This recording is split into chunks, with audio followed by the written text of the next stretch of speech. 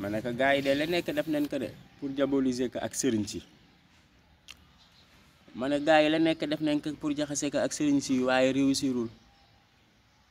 wallaay moo tax yàlla bu àndee ak yow moom sa waay ak jaam bi laa ko pexeel ngir diaboliser ko ak sëriñ si waaye ka nekk xam na ne gis ngeen fu mu jaar yëpp macha allah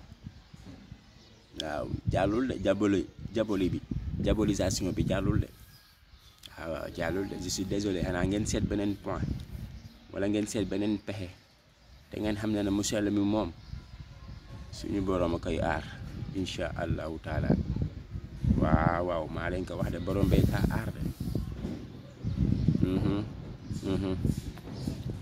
ma leen di wax ne ngeen continuer abonné rek ci chaîne YouTube bi Mbaye Mandaw TV su ko defee